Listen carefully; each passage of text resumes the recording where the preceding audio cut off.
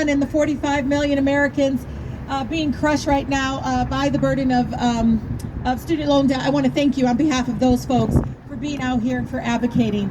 You all know that during the student loan repayment pause, families saved close to $400 a month.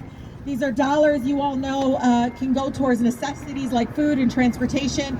Many of my neighbors in the 13th district literally have their lives on hold. They're not buying homes. They're not continuing with their lives. Some are even holding off and having children because of education loan debt. I know earlier this month that President Biden extended the pause on student loan repayments through the end of August. Thank you, but make no mistake, that is not enough. This is not a substitute for complete, real cancellation and relief for people across our nation. One of the things I learned, and I want you all to know this, I think it's important to know, the Department of Education currently holds so much student debt, education debt, that it actually currently functions as the nation's largest consumer bank. Think about that for one moment. Is that the role that we want the federal government to have? We know the system is broken and it preys on struggling Americans. In fact, our student loan crisis has widened the racial wealth gap, and that's why you all are out here, and many of the organizations are out here supporting this movement. We know that our Black neighbors borrow more to attend college. They borrow more often while they are in school and have a harder time paying that debt off than many other counterparts. As a result, they are 3 times as likely to go in default and experiencing devastating consequences. And I've seen it with friends where their lives are completely overwhelmed with challenges because their wages are garnished. I mean, people don't realize how much this has impacted people's lives.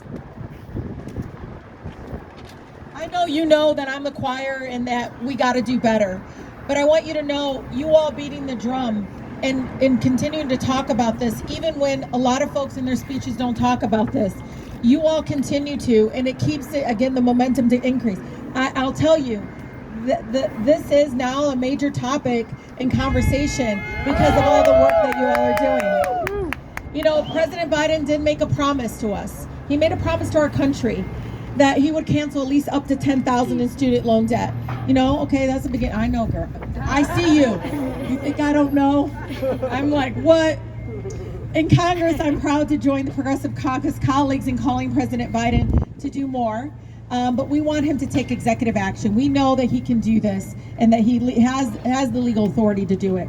It is the right call when it was on the campaign trail when he talked about this, and it's the right call today as he's the President of the United States.